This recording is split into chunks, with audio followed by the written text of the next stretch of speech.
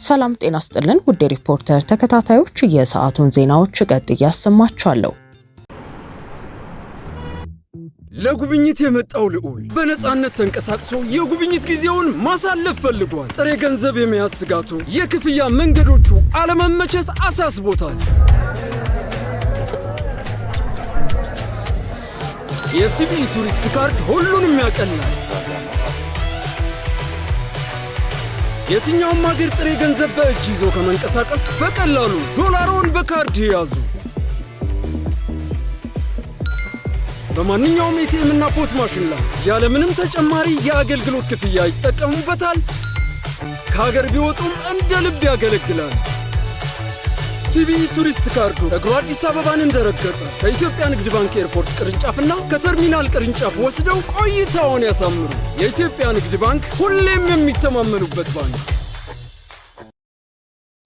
ብሔራዊ ባንክ ወደ ቻይና ለሚላኩ ምርቶች ተጥሎ የነበረውን የውጭ ንግድ ፍቃድ ገደብ አነሳ። የኢትዮጵያ ብሔራዊ ባንክ በዛሬው ዕለት ባወጣው መግለጫ ወደ ቻይና ለሚላኩ የሀገር ውስጥ ምርቶች የውጭ ንግድ ፍቃድ የሚሰጠው በኢትዮጵያ ንግድ ባንክ በኩል ብቻ እንዲሆን ተጥሎ የነበረው የቆየ ገደብ ሙሉ በሙሉ መነሳቱን አስታውቋል። ባንኩ ከዛሬ ግንቦት 18 ቀን 2018 ዓ.ም ጀምሮ በሀገሪቱ ውስጥ ፍቃድ ያላቸው ሁሉም የንግድ ባንኮች ይህንን የውጭ ንግድ ፍቃድ አገልግሎት ለደንበኞቻቸው መስጠት እንዲችሉ ተፈቅዶላቸዋል። ባንኩ ይህንን ውሳኔ ያስተላለፈው የሀገሪቱን የውጭ ንግድ ዘርፍ አሰራር ይበልጥ ለማቅለል በባንኮች መካከል ያለውን ተወዳዳሪነት ለማሳደግና ለላኪዎቹ ምቹ፣ ቀልጣፋና ተደራሽ የባንክ አገልግሎት ለመፍጠር ታስቦ መሆኑን የገለጸ ሲሆን ቀደም ሲል ላኪዎች ወደ ቻይና ምርት ለመላክ የነበረባቸውን የአንድ ባንክ ጥገኝነት በማስቀረት የገበያ አማራጮቻቸውን እንዲያሰፉ ትልቅ ዕድል የሚፈጥር አሰራር መዘርጋቱ በመግለጫው ተብራርቷል። በዚህ መሰረት ከዛሬ ጀምሮ በሀገሪቱ የሚንቀሳቀሱ ሁሉም የንግድ ባንኮች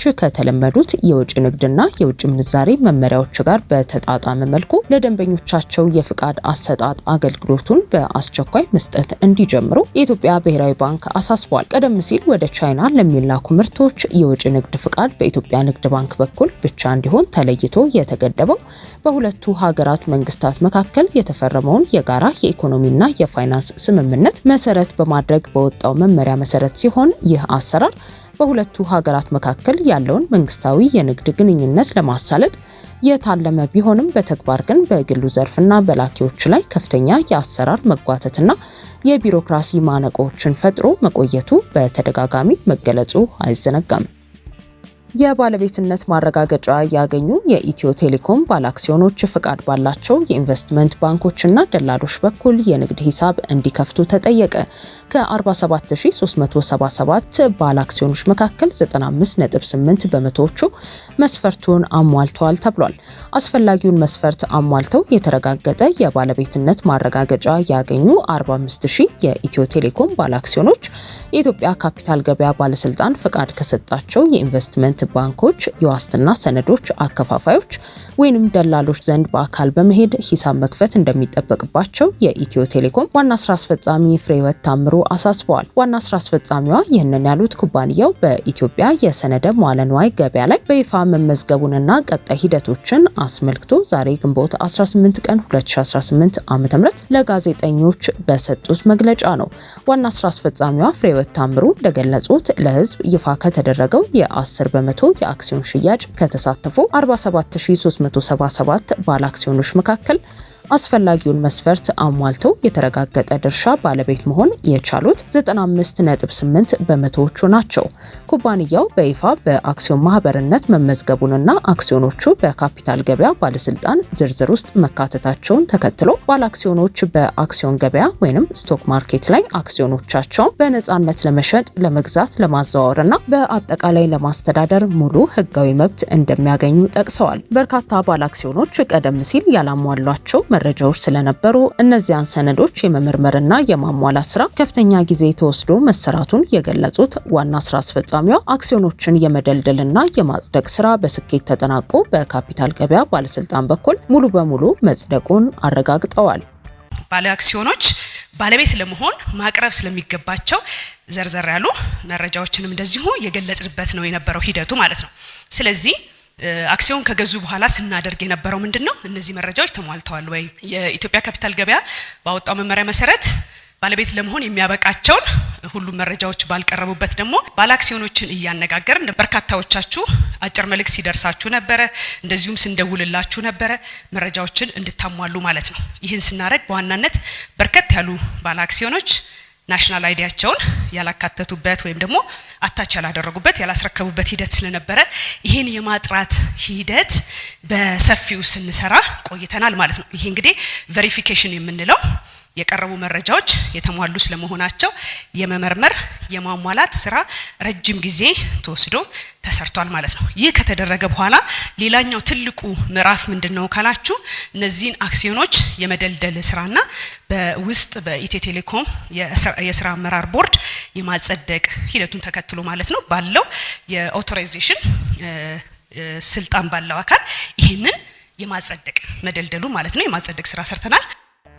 በሌላ በኩል አክሲዮን ከገዙት ባለሀብቶች ውስጥ 3.4% የሚሆኑት ማለትም በቁጥር 1646 ባለአክሲዮኖች የብሔራዊ መታወቂያ ወይንም ፋይዳ መለያ ቁጥር ማቅረብ ባለመቻላቸው ወደ ቀጣዩ ሂደት ሳይሸጋገሩ የቆዩ ቢሆንም በቀጣይ መታወቂያቸውን ካቀረቡ ባለድርሻ መሆን ይችላሉ ብለዋል በተጨማሪም 248 የሚሆኑት ግለሰቦች ኢትዮጵያውያን ባለመሆናቸው ምክንያት በህጉ መሰረት ተቀባይነት ያላገኙ ሲሆን የከፈሉት ገንዘብ ሙሉ በሙሉ ተመላሽ ይደረግላቸዋል ነው ያሉት የበጀት አመቱ አጠቃላይ ጊዜው ሲጠናቀቅና በውጪ ኦዲተር የሚሰራው የፋይናንስ ምርመራ ካበቃ በኋላ የኩባንያው ጠቅላላ ጉባኤ እንደሚጠራ የገለጹት ዋና ስራ አስፈጻሚዋ ጠቅላላ ጉባኤው የተያዘው በጀት አመት ከተጠናቀቀ ከ2 ወራት በኋላ ማለትም በመስከረም ወር አካባቢ የሚጠራ ሲሆን በቦርድና በጠቅላላ ጉባኤው በሚሰጠው አቅጣጫና ውሳኔ መሰረትም የትርፍ ድርሻ ክፍፍል አፈጻጸም ወደሚቀጥለው ሂደት እንደሚሸጋገር ነው ያስረዱት የበጀት አመቱ አጠቃላይ ጊዜው ሲጠናቀቅና አስፈላጊ ሪፖርቶቻችንን ቀምረን እንደዚሁም ደግሞ ገምገመን ካበቃን በኋላና የኦዲት ሪፖርት ከተጠናቀቀ በኋላ የሚሆነው የአጠቃላይ ጀነራል አሴምብሊ የምንለው ጉባኤ ይኖረናል ማለት ነው ስለዚህ ይሄ የሚከናወነው የኦዲት ሪፖርት ከተጠናቀቀ በኋላ ይሆናል ማለት ነው ምናልባትም ብዙ ጊዜ የምናጠናቀቀው ኦዲት ሪፖርታችን በጀት አመቱ ከተጠናቀቀ ከ2 ወር ገደማ አካባቢ ላይ ይጠናቀቃል ማለት ነው ኤክስተርናል ኦዲተር ስለሚሰራው እንደምታውቁት ማለት ነው በአሁኑ ወቅት የተመዘገቡትን 45000 ባለአክሲዮኖች ለጠቅላላ ጉባኤ ማሰባሰብ ስለሚቻልበት ሁኔታም ሲያስረዱ ኩባንያው ከኢትዮጵያ ካፒታል ገበያ ባለስልጣን ጋር በቅርበት እየመከረበት መሆኑንና ዝርዝር አፈጻጸሙን በቀጣይ ለህዝብ ይፋ እንደሚደረግ ጠቁመዋል የትግራይ ሰራዊት አባላት በአላማጣ ከተማ ቤት ለቤት ትጥቅ ማስፈታት እንቅስቃሴ መጀመራቸው ተነገረ።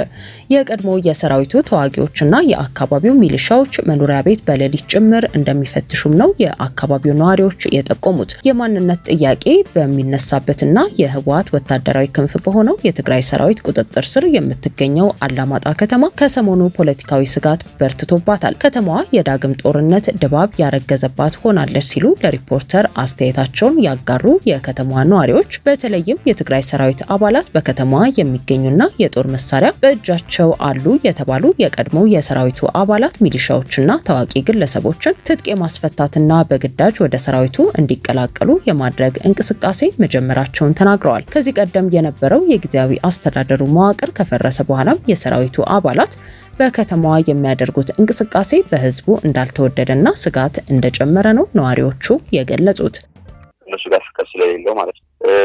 አሁን ያለው ስጋት ግን ገፈፋን እንጀምራለን ያሉ በስትራቴጂክ በኩል ወታደራዊ የነበሩ እንዲመለሱ ያደረገው ትጥቅ ወደ የድሮ ኃይል ነበር ኃይል ምናምን የሚባሉት ነው ወደ የአሃዳቸው እንዲመለሱ ያደረገው ነው። ሚሊሻ እነሱ ደጋፊ ምናምን እየሆነ እያስወሰኑ በዞን ወደ ማጫው ሄደው እስካሁን የለም። ካሁን በኋላ ግን እሱን እንጠብቃለን። እሱን እየጠበቅን ኤክስፔክት ያደርጋል። አሁንም ከከተማዋ ወጣ ብሎ በሚገኝ ጥቅጥቅ ደን ውስጥ ሰራዊቱ ልዩ ስልጠና እየወሰደ መሆኑን ገልጿል። ህዝቡ አሁን ላይ ያለበት ሁኔታ ምን ይመስላል? ምንስ አይነት ፖለቲካዊ መፍትሄን እያማተረ ነው? የሚል ጥያቄ ከሪፖርተር ያቀረበላቸው ነዋሪዎቹ የፌዴራል መንግስት አሉ የተባሉ አማራጮችን ተጠቅሞ የከተማዋን የቀደመ ሰላም እንዲያመጣ ብቻ እንደሆነ ፍላጎታቸው ተናግረዋል። ይህ ነው የሚባል መፍትሄን ያላገኘችው ከተማዋ የቢሮክራሲና የአስተዳደር መዋቅሮች የፈረሱባት እንደሆነች ዛሬም በነዋሪዎቿ የሚነገርባት ሆናለች። የግብጽና የተባበሩት አረብ ኤምሬትስ ግንኙነት እንቆቅልሽን የተነተነው የዘ ኢኮኖሚስት ዘገባ የግብጽን ቁጣ ቀስቅሷል። የካይሮና አቡዳቢ ግንኙነት የሰጪና የተቀባይ አይደለም በማለት ግብጽ የቀረቡ ማሳያዎችን አጣጥላለች። የግብጽና የተባበሩት አረብ ኤምሬትስን የዓመታት ግንኙነት በሰፊው የተነተነው ሰሞነኛው የዘ ኢኮኖሚስት ጽሑፍ በግንኙነታቸው መካከል ግብጽ ከወዳጅነት ያለፈ ፍርሃትና ጥርጣሬ ያላት ስለመሆኑ በመግለጽ የጥርጣሬና ፍራቻ ምክንያቶች ያላቸውን በሰፊው አብራርቷል። ትንታኔው ታሪካዊቷና ራሷን የዓለም እናት በሚል ቅጽል ስም የምትጠራው ግብጽ ከሀብታሟና በቀጠናዋ ገዝፋ ከምትታየው የተባበሩት አረብ ኤምሬትስ ጋር ያላት ግንኙነት በውጥረት የታጀበ መሆኑን በመግለጽ በዚህ ውስጥ እስራኤል እንዲሁም ኢትዮጵያ ሚና እንዳላቸው ጠቁሟል። ከሰሞኑ በግንቦት መጀመሪያ ላይ የግብጹ ፕሬዝዳንት አብዱልፈታህ አልሲሲ አቡዳቢ ሲገቡ የፕሮቶኮል ግርግር ሳይኖር የኤምሬትሱ መሪ መሐመድ ቢን ዛይድ የግብጹን ፕሬዝዳንት ይዘው ወደ ገበያ አዳራሽ መሄዳቸውን ተከትሎ ግብጽ ኤምሬትስ ከኢራን ጥቃት ራሷን እንድትከላከል የጦር አውሮፕላኖቿን መላኳን በመግለጽ ከፍተኛ የዲፕሎማሲ አቀባበል አለመደረጉ መነጋገሪያ ሆኗል። አጋጣሚው ለግብጻውያን ደግሞ እንደ ትልቅ የዲፕሎማሲ ስብራት እየተገለጸ ይገኛል። በዚህ አጋጣሚ የሁለቱ ሀገራት ግንኙነትን የፈተሸው ትንታኔው ካይሮ የኤምሬትስን እንቅስቃሴ በከፍተኛ ጥርጣሬ እንደምትመለከተው ሲገልጽ የተባበሩት አረብ ኤምሬትስ በግብጽ ዙሪያ ያሉ ሀገራትን በአማጽያን በሚሊሻዎችና በተለያዩ ቡድኖች እየከበበች መሆኑ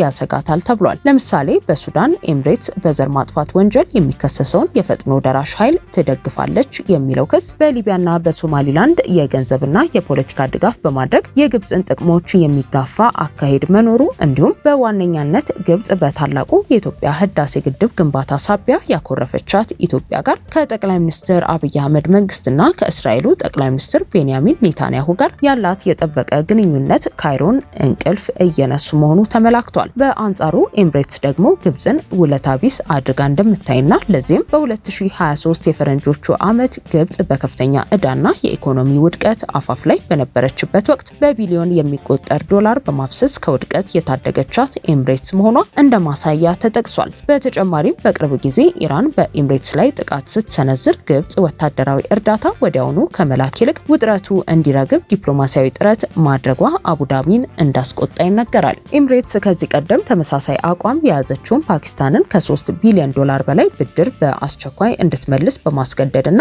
15000 ዜጎቿን በማባረር መቅጣቷን በማስታወስ በሀገሪቱ 400,000 ዜጎች ያሏት ግብጽም ተመሳሳይ ቅጣት ይገባታል የሚሉ የአቡዳቢ አንዳንድ ባለስልጣናት መኖራቸው ውጥረቱን አባብሶታል። ውጥረቱ እንዲረግብ ፕሬዝዳንት አልሲሲ የግብጽ መገናኛ ብዙሃን ኤምሬትስን መተቸታቸውን እንዲያቆሙ ትዕዛዝ አስተላልፈዋል የተባለ ሲሆን በዲፕሎማሲው ረገድ ካይሮ ከኤምሬትስ ጥገኝነት ለመውጣት ከኳታር ከሳውዲ አረቢያና ከቱርክ ጋር ያላትን ግንኙነት በከፍተኛ ሁኔታ እያጠናከረች መሆኑን መረጃዎች እየጠቆሙ ነው። ግብጽ ለኢኮኖሚስት መጽሔት በሰጠችው ቁጣ የተሞላበት ምላሽ ፕሮቶኮል አለመጠበቅ የክብር መውረድ አይደለም ብላለች። የግብጽ ስቴት ኢንፎርሜሽን ሰርቪስ የቦርድ ሰብሳቢ የሆኑት አምባሳደር አላየሱፍ ፕሬዝዳንቶቹ በገበያ አዳራሽ ውስጥ ሻይ መገባበዛቸው የወንድማማችነት መገለጫ እንጂ ንቀት አይደለም ሲሉ ምላሽ ሰጥተዋል። የግብጽ ዲፕሎማት እንደገለጹት ግብጽና ኤምሬትስ ያላቸው ግንኙነት የለጋሽና የተቀባይ ግንኙነት ሳይሆን ለዘመናት የዘለቀ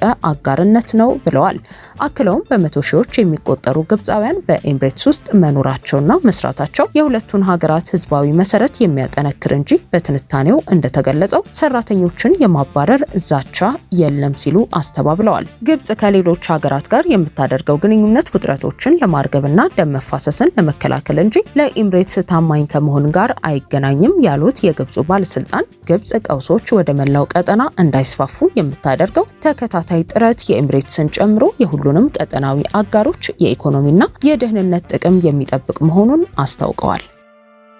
ውድ የሪፖርተር ተከታታዮች የሰዓቱ ዜናዎቻችን እነዚህ ነበሩ። ስላደመጣችሁን ከልብ እናመሰግናለን።